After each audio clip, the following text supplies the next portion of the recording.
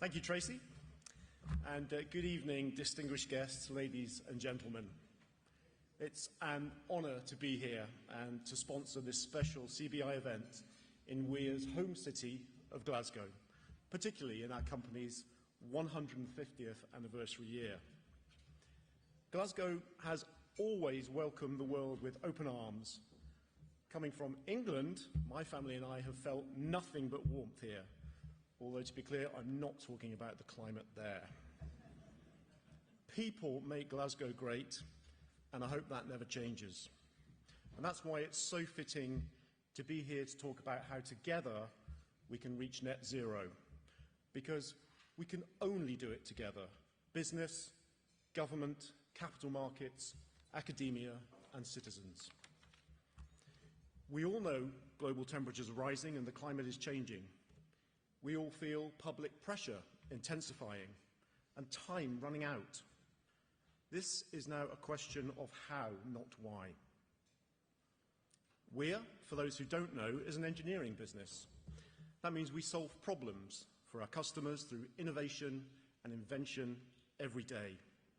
And we've put sustainability right at the heart of our strategy, focusing our engineering and R&D resources on technology solutions to climate change. My personal fear, as a father and a business leader, is that we fail to do enough. My 4 daughters are growing up very quickly, although some more quickly than others, to be fair. And by 2050, this might be their problem to solve. But it's not a burden I want to pass on. When they are leaders, I want them to be looking to the future with optimism, not cleaning up the mistakes of the past. Leaving a legacy we can be proud of is what motivates me as a parent and business leader, and I'm sure it's what motivates many of you too.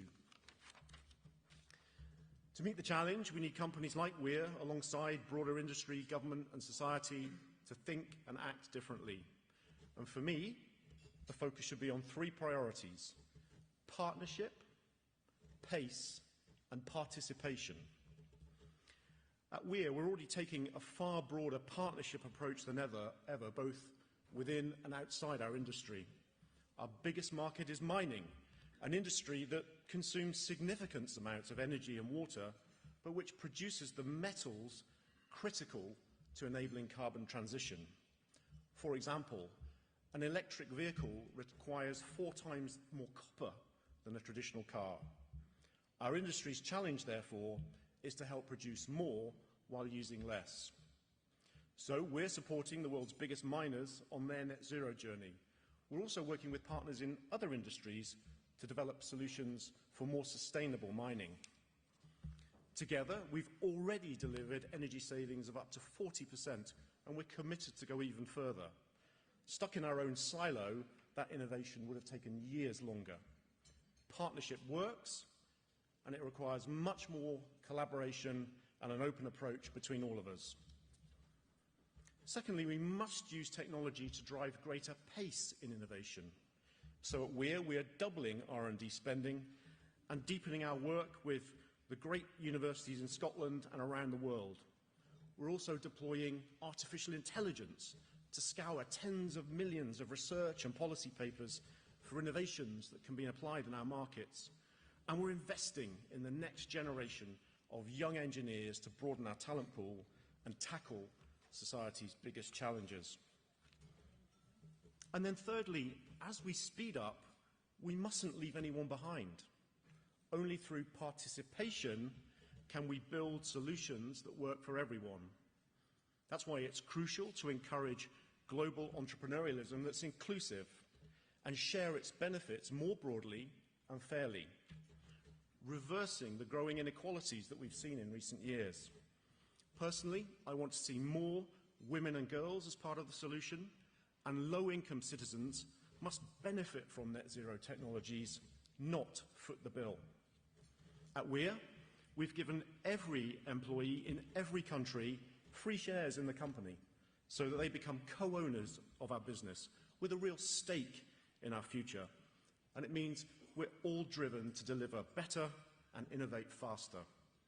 To me, that's a win-win, and it shows that there needn't be tension between people profit and the planet.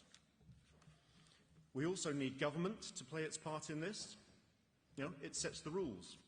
For companies to succeed, we need to know where we're headed and have confidence in the regulatory frameworks that will enable the journey.